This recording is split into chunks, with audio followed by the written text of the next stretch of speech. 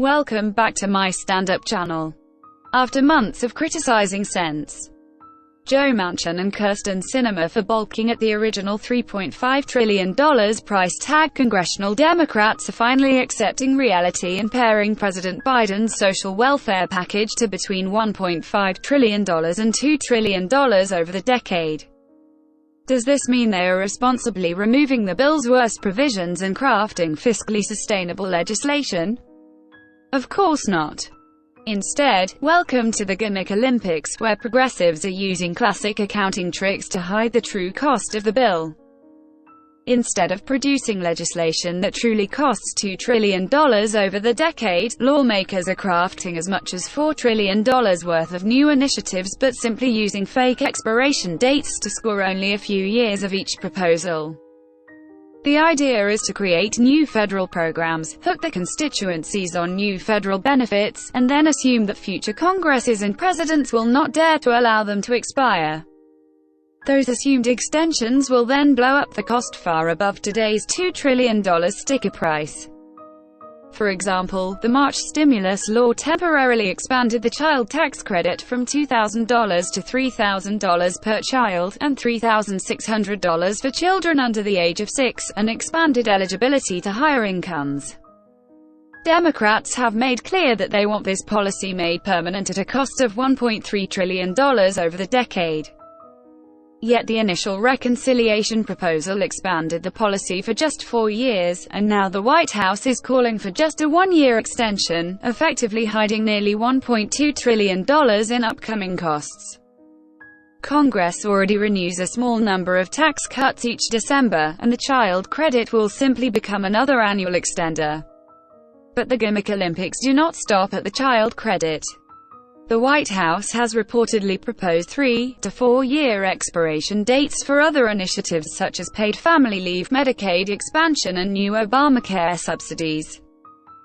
A proposed new child care program, which a study by the left-wing People's Policy Project shows could raise child care prices by $13,000 per year, would reportedly phase in slowly and expire after a few years.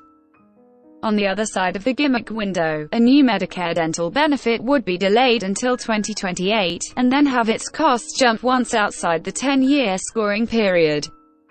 Most cynical of all is the Democrats' maneuver on the $10,000 cap on the state and local tax, SALT, deduction. The $10,000 cap is set to expire at the end of 2025, but House Democrats want to eliminate it immediately. So to pay for that immediate $90 billion per year tax cut, Democrats would actually impose a new SALT cap beginning in 2026, count that future revenue as an offset, and then quickly cancel the tax before it ever goes into effect. In other words, they are creating entirely fake future policies in order to count the fake savings today. These yearly SALT deduction gimmicks mean that homeowners and homebuyers will have little clarity on their future taxes. The policy instability is a recipe for taxpayer chaos. Putting it all together, these fake expiration dates could set the stage for $2 trillion in policy renewals that are not included in the original cost of the reconciliation bill. So $2 trillion becomes $4 trillion, and then combines with the March stimulus law, $1.9 trillion, infrastructure bill, $550 billion, and 10-year cost of higher discretionary spending, $1 trillion, for a total of $7.5 trillion in legislation enacted in 1 year. And that is on top of a $12 trillion baseline deficit over the decade in this historic borrowing binge. Biden and congressional allies absurdly claim that this legislation would cost nothing. But there is no such thing as a free lunch, and the trillions in accompanying taxes are the opposite of free. That said, progressives have thus far failed to build a consensus for even $1 trillion in new taxes. The latest proposal would assess annual taxes on billionaires' theoretical investment gains that have not even been sold and received as income. While no one is going to cry for billionaires, no other country has adopted this policy because it is wholly unworkable. The IRS would have to determine the value of billionaire investments each year. Democrats claim it will affect about 700 people, including those of privately held companies and art that are rarely priced in the market.